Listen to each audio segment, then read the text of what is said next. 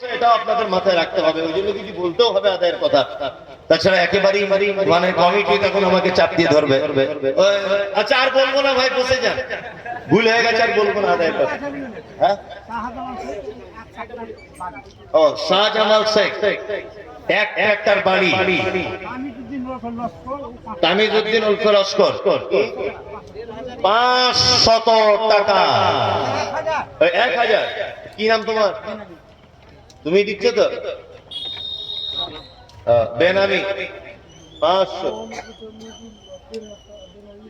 আচ্ছা, মোহাম্মদপুর থেকে মহিদুল 1500, 1 নম্বর ই। তুমি আসমানে থাকো প্রভু, আমি জমিনে। তুমি আসমানে থাকো প্রভু, আমি জমিনে। তবু তোমারি প্রেম জমে হৃদয় গহীনে।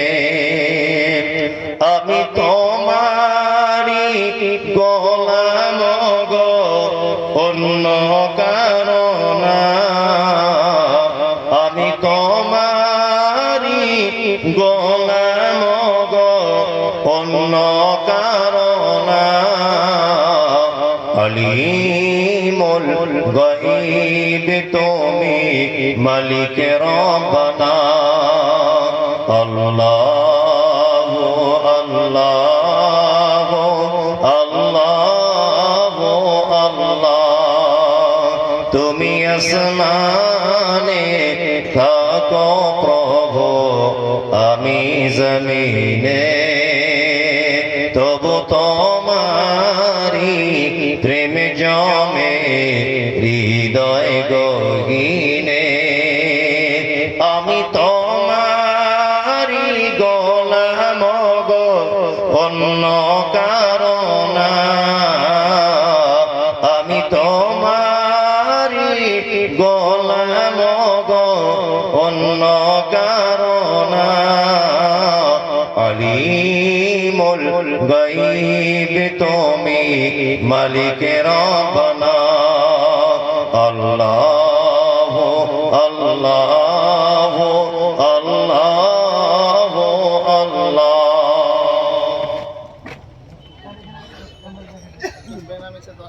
বেনামিতে একজন 10,000 টাকা।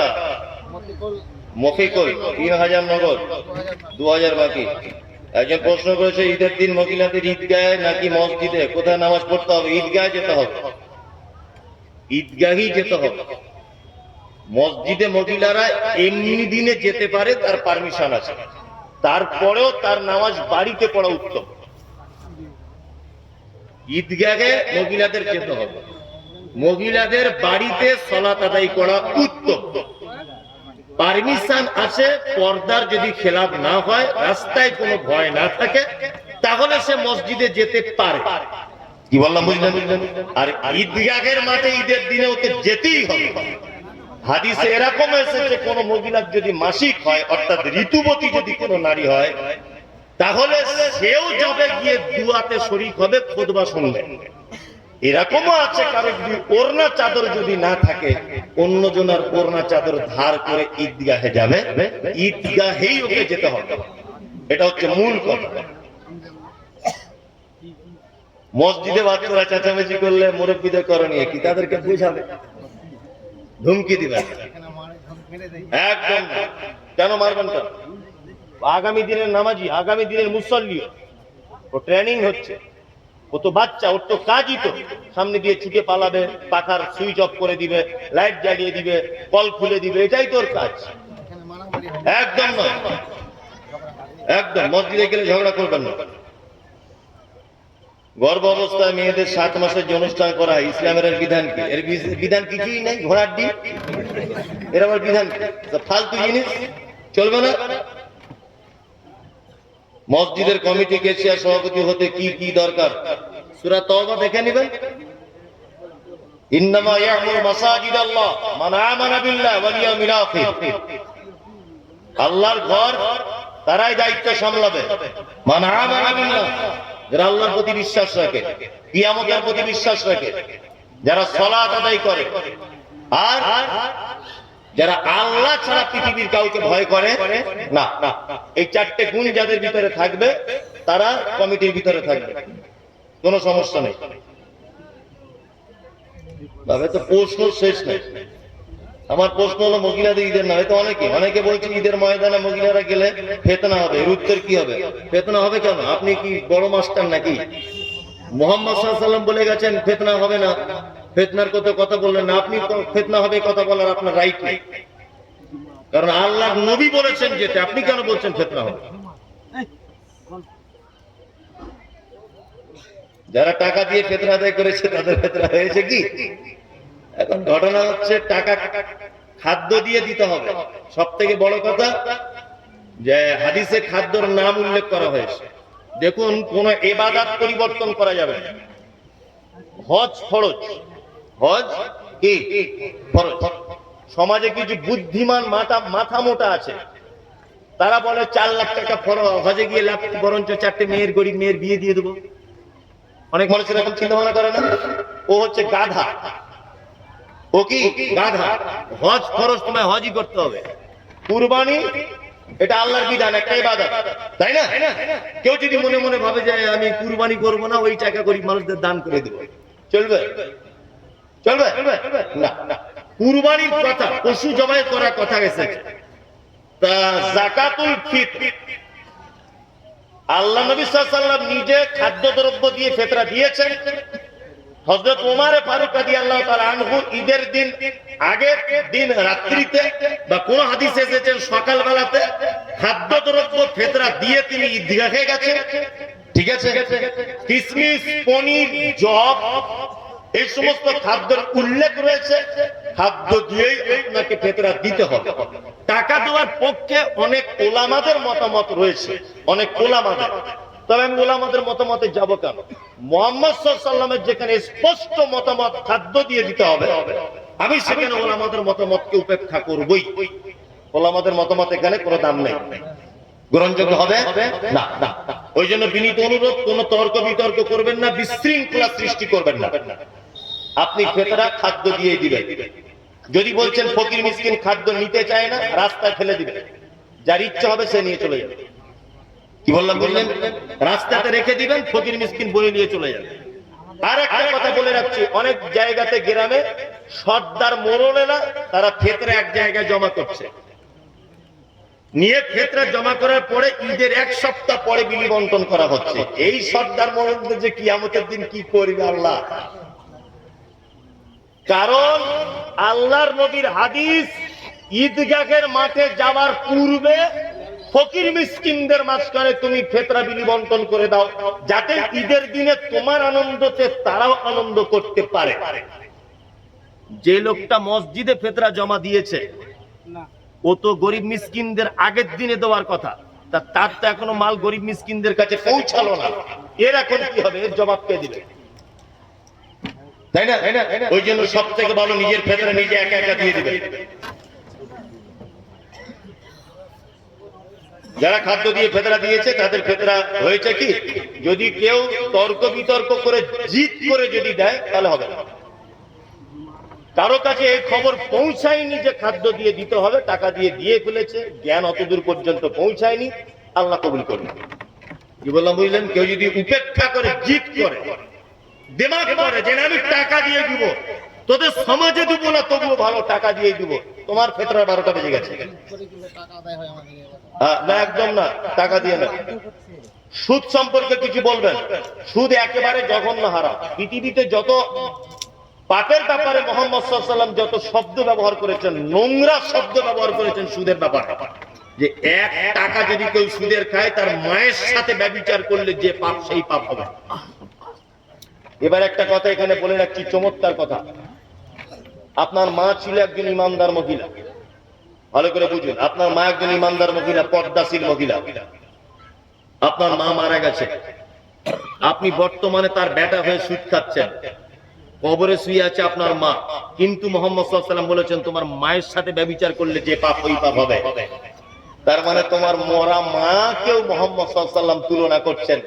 তার মানে বিনীত অনুরোধ, যারা সুদের সঙ্গে যুক্ত আছেন সুদ ছেড়ে দেন। দুই, সুদ অনেক প্রকারের। আমরা বর্তমানে হয়তো ভাবি যে যারা ডাইরেক্ট সুদ লেনদেন করছে এটা মনে হয় সুদ। না, ব্যাংকে আপনি বই করুন, অসুবিধা নেই, আমি বই করতে মানা করবো না। তবে ব্যাংকে বাৎসরিক আপনি একটা সুদ ব্যাংক আপনাকে দেয়। ব্যাংক বইটা মেশিনে ঢুকিয়ে দেখবেন কত টাকা সুদের হয়েছে, টাকাটা বার করে দেন। কি বললাম বুঝতে পারছেন? আরো অনেক সুদ আছে। জমি বন্ধক চলে আপনাদের দিকে? চলে। আমার জমি 1 লাখ টাকা দিয়ে বন্ধক দিলাম একে, ও আমাকে 1 লাখ টাকা দিল, জমি আমার মেয়ের বিয়েতে নিয়েছি। ও আমার জমিতে আজকে 4 বছর ভুট্টা চাষ করছে, 4 বছর। আর টাকা যখন ফেরত দিলে 1 লাখ টাকাই ওকে দিতে হবে, তাছাড়া জমি ছাড়বে না। ও সুদখোর, ও হারামখোর। ইসলামে এইরকম বন্ধক জায়েজ নয়। কি আমার জমি বন্ধক দিয়েছে এই লোকটাকে, বোঝার চেষ্টা করবে। যখন আমি 1 লাখ টাকা ওনার থেকে নিয়েছি, ওনার উচিত হবে যে আমার জমি বাবদ কিছু টাকা মাইনাস করে দিতে হবে। যে আপনার জমিতে আমি এতদিন ভুট্টা চাষ করেছি, তা ঠিক আছে 15,000 টাকা আপনি মাইনাস করে দেন, ওটা জমি বাবদ আপনাকে দিলাম। তাহলে বলতে হতে পারে। যদি এই সিস্টেমে হয় যে টাকা দিয়েছেন ওই টাকা ফেরত নেবেন, তাহলে এটা সুদে পরিণত হয়ে যাবে ইনশাআল্লাহ, কোনো সমস্যা নেই। কুরবানির 7 ভাগে দেওয়া যাবে কিনা আমি এই ব্যাপারে বলতে পারবো না, এটা মারাত্মক ইখতিলাফি মাসলা। কি বললাম বুঝলেন? এটা মারাত্মক ইখতিলাফি মাসলা। কি বললাম বুঝলেন? এখন এটা আমি বলতে পারবো না। যদিও কেউ বলছে যে 7 জনের পক্ষ থেকে আর 7 পরিবার পক্ষ থেকে একটা রকম ব্যাপার আছে, এই ব্যাপারটা আমি এড়িয়ে যাচ্ছি, দয়া করে অন্য কাউকে জিজ্ঞাসা করে নেবেন। কি বললাম বুঝলেন? তবে একটা জিনিস, আমি মুমতাজুল ইসলাম 7 ভাগে কুরবানি দেওয়া আমি পক্ষে। এটা আমার নিজস্ব মতামত, 7 ভাগে কুরবানি। কারণ এটা বাংলাদেশ থেকে এই ফতোয়াটা বেশি আসছে যে 7 পরিবার আর 7 জন আলাদা, তাই তো? 7 পরিবার আর 7 জন আলাদা। এর পরিপ্রেক্ষিতে আমরা জানেন যে বাংলার একজন বিখ্যাত ইসলামিক দায়ী এবং এই যুগের সব থেকে বড় আলেমের ভিতরে একজন মতিউর রহমান মাদানী দাম্মামে যিনি দায়ীর কাজ করেন, উনি কিন্তু এই কথা বলছেন যে 7 ভাগেও পরিস্থিতির অনুকূলে কুরবানি দেওয়া যেতে পারে, এটা উনি বলছেন। আমাদের মসজিদে মহিলারা বেপর্দা হয়ে জুম্মা ও তারাবির নামাজ পড়তে আসে। মহিলাদের আগে পর্দা ফরজ না নামাজ? আমি তো প্রথমে একটা কথা বলেছি, মহিলা বাড়িতে নামাজ পড়া উত্তম। ফরজ, নফল, সুন্নত যত নামাজ ও বাড়িতে পড়া উত্তম। মসজিদে যদি পর্দার কোনো ঘাটতি যদি না থাকে, আর রাস্তাতে যেন কোনো পরপুরুষের যদি কোনো রকমের বিপদের সম্মুখীন হবে এই ভয় যদি না থাকে, এক কথায় মসজিদে যাওয়া পর্যন্ত এবং আসা পর্যন্ত যদি সে নিরাপদে যেতে পারে, নিরাপদে যদি আসতে পারে, তাহলে মসজিদে যাওয়ার পারমিশন আছে। তবে সে বাড়িতে নামাজ পড়বে, এটাই উত্তম। তবে এখনকার যে বর্তমান পরিস্থিতি, তাতে বাড়িতে পড়ে উত্তম। বর্তমান যা পরিস্থিতি আমাদের, বুঝলেন তো? আমাদের মেয়েরাও যেমন, ছেলেরাও তেমন।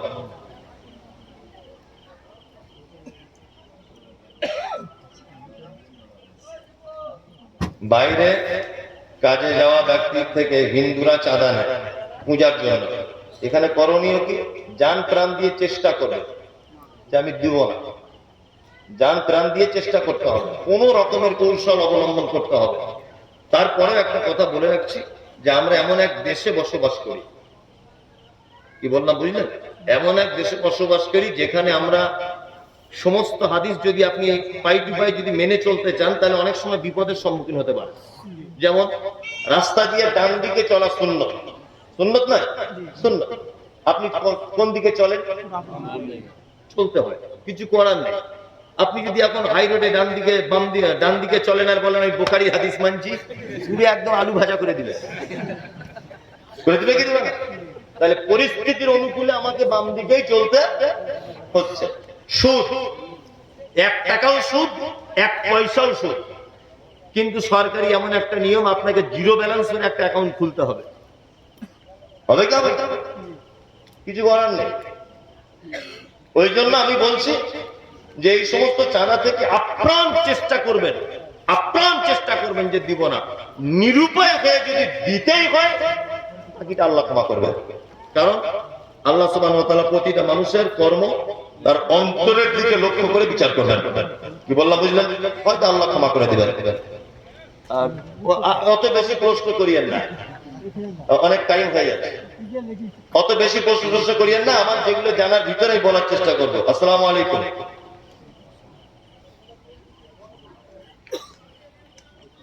এলসিডির ব্যবসা করা যাবে কি? আমি এলসিডি নিজেই বুঝি না অতটা বেশি, ওই জন্য বলতে পারবো না। এলসিডি আমি নিজেই, আজকে একদিনে বলছে রেড বুল খাওয়া যাবে ফোনে, রেড বুল আমি জানি না কি সেটা, কি সেটা জানি না, তো কি বলবো। এলসিডি এখন কি কাজ হয় আমি তো জানি না, ওটা আমি বলতে পারবো না। কি কাজ হয় ওর থেকে সেটা বলুন। এলসিডি তে জানি সিনেমা হয়, ওর থেকে আবার মক্কার ইমাম সাহেবের নামাজ পড়ানো দেখা যায়, সবই তো। তা আপনি ভালো নিয়েতে ব্যবসা করুন, অসুবিধা কি আছে? সে খারাপ কাজ যা করবে করবে। ও ওটা আমি জানি না। একজন বৌমা তার পরিবারে কেমন পর্দা করবে? পর্দা করবে, তার দেওরের সাথে পর্দা করবে। হামুয়ালুল মউত হাদিসে এসেছে, মানুষ মৃত্যুকে যেমন ভয় করে তার দেওরকে দেখে বৌমা তেমন ভয় করবে ভাবি। আর সব থেকে বড় কথা হচ্ছে, আমি একটা কথা বলে দিচ্ছি, এই কথাতে আপনাদের কারো একমত হবে না, ছেলে আজকে বিয়ে দিলে কালকে আলাদা করে দিতে হবে সংসার থেকে। এটা হচ্ছে উত্তম পদ্ধতি। 3 ভাই এক জায়গাতে আছে কেন? বড় ভাই কাজ করতে গেছে চেন্নাই, তা বড় ভাই বউ কি করবে? স্বামী বাড়ি নেই, দেওরের সঙ্গে গল্প করছে। গল্প করতে করতে করতে করতে করতে এমন মিষ্টি ভাব চলে এসেছে যে বড় ভাইকে 10 পয়সা দামই দেয়। ঘটনা ঘটছে কি ঘটছে না? ওই জন্য উচিত হচ্ছে বিয়ে দেওয়ার আগে ছেলেদের ঘর আলাদা করে দেয়। যদি বলছে মনীষা আপনি যা বলছেন তাহলে আমরা বুড়ো বয়সে খাবো কি? আপনার হাতে রুজির টেনশন কিসে? আপনাকে তো ব্যবস্থাও করবে, আপনার বেটাদের মাধ্যমেই করবে, কোনো সমস্যা নেই। শ্বশুরের সামনে বিশেষ পর্দা করার কিছু নেই। যেমন স্বাভাবিক গতিতে একটা মেয়ে চলে ওড়না চাদর নিয়ে শ্বশুরের সামনে, তেমন ভাবে চলবে, কোনো সমস্যা হবে না। তবে দেওর হতে খুব সাবধান, ওর সামনে দাঁড়ানোই যাবে না, ওর সামনে দেখা দেওয়াই যাবে না। এটা চরম পর্যায়ের পাপ। দেওর হোক এবং ভাসুর হোক, শ্বশুরের সঙ্গে মারাত্মক ভাবে কোনো পর্দা নেই। স্বাভাবিক গতিতে যেমন থাকবে তেমন থাকতে পারে। ওই জন্য বলছি পৃথক ঘর করে দিয়ে তবে বেটা বিয়ে দেওয়ার চিন্তা ভাবনা করছে। কোন ব্যবসায় মিথ্যার আশ্রয় নেওয়া যাবে না। অতএব এটা হারাম। যদি মিথ্যা ব্যবসা হয় অবশ্যই এটা হারাম হবে। তাহলে মিথ্যার আশ্রয় নেওয়া যাবে না। আর সব থেকে আমরা কাস্টমাররাও কিছু বদমাইশি আছে, জিজ্ঞেস করি ভাই কত টাকায় কিনেছো? ওর কেনাটা তোমার জিজ্ঞেস করার এত যাচ্ছে কেন? কাস্টমারের কিছু বদমাইশ আছে না, আমার মাল 150 টাকা দাম, ভাই 20 টাকাতে হবে বলে আপনি চলে যান। ও আবার বলছে 20 টাকা কিনে 150 টাকা দাম চাইছো, ও 10 টাকা কিনে ও চুরি করে আনুক, ও ফ্রিতে আনুক, তোমার দেখার দরকার নেই। আর আপনি যখনই জিজ্ঞাসা করবেন তখনই মিথ্যা কথা বলবেন, তার মানে ওর মিথ্যা কথা আপনি বলাচ্ছেন, এর জন্য আপনিও কিন্তু দায়ী। ওই জন্য উচিত ভাই এটা কত দাম, কত এত হবে না হবে, আচ্ছা ঠিক আছে এতক্ষণ পর্যন্ত যারা মসজিদকে দিয়েছেন, আবার আপনাদের কাছে বিনীত অনুরোধ করছি আপনারা আবার আল্লাহ রাস্তায় কিছু দেন, 10-20 টাকা হলেও দিলেন, সকলে আল্লাহ রাস্তায় দেন, যার কাছে যা আছে তাই দেন। আচ্ছা এক দিয়ে সব জেনে নিলে হবে, আবার অন্য সময় জানবেন। সব একদিনে জেনে লাভ নেই। চলুন আর কেউ কিছু দিবেন 10-20 টাকা, 10-20 টাকা দিবেন আর কেউ কিছু আল্লাহ রাস্তা দেন। আর অন্তত একটা মুসাফাটা করে যান 10-20 টাকা দিয়ে আমার সাথে, এতটুকু তো হবে। 10-20 টাকা অন্তত দেন। আসুন সবাই 10-20 টাকা দিলেই অনেক হয়ে যাবে। আল্লাহ রাস্তা দেন।